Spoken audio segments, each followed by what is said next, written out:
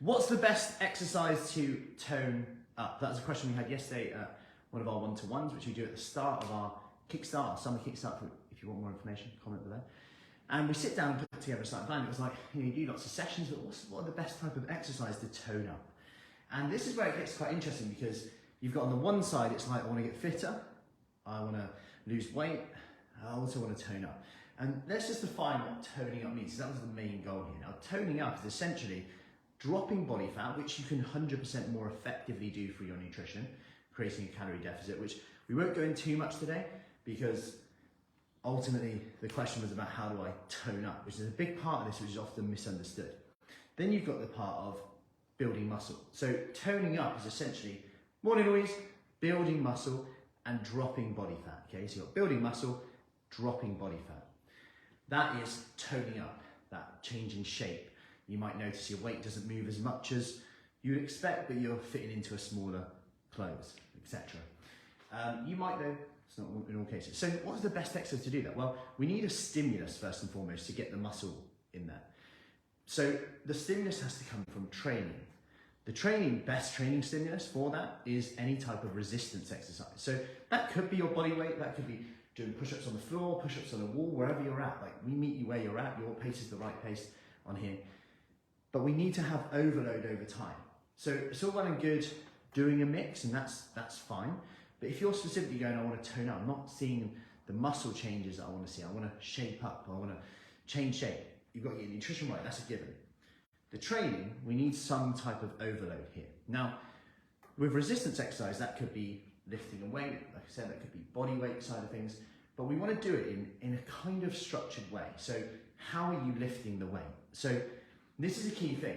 If you just want to, like, if specifically is like the numbers you lift, if you're really bothered about that, like how much do I lift, then you might end up actually sacrificing a little bit of the toning up benefits that you get from lifting in a more controlled manner, which, remember, the more controlled it is, the more likely you are to be putting the pressure on the muscle, not the joint. So I could do a squat, for example. I could dig my heels in the floor and I could drop in with lots of weight on the back. I could drop and then drive up. So if I drop and drive up, the thing with this is that I'm sinking and using momentum on the way up.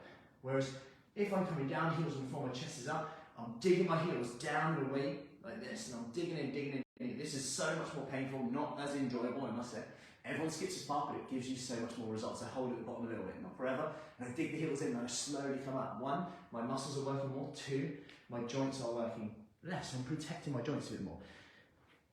Weirdly, you can actually get away with doing less by actually focusing on the muscle more. This is another example where less is more. And that's what the research shows over time. 3 sets of 10 on a given weight compared to 10 sets of 3. So 10 sets of 3, really heavy weight, you're only doing 3 reps versus 3 sets of 10 times. So do 10 squats on a weight, maybe holding a kettlebell, for example.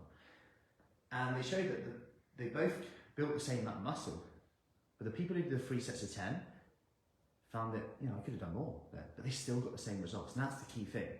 Whereas the 10 sets of 3, we're like, I'll do that again, I'm actually screwed. Sometimes our perception is key. We think because we've worked hard, we're going to get the results. It doesn't always work like that. Of course, you've got to work hard, don't get me wrong, but if you're beasting every time, sometimes it doesn't always work like that. So, I hope that helps, and I'm going to be delving into more detail with that in one of our Q&As on our Kickstart group. If you want more information on that, do comment below the summer, ask me any questions, and I'll see you soon off to morning sessions, which just so happens to be resistance exercise focus with some cardio in there to warm up, but then resistance focus. So, have an awesome day, eat your protein, do your resistance exercise, get strong. And by the way, I get asked this question, any supplements for, I'm going through menopause, struggling with this. One of the most proven that you can say, 100%, is high protein resistance exercise, which is, just, I could tell that to anyone without even going, but you need to check first. That'd be 1, go. So, have an awesome day, and I'll see you soon.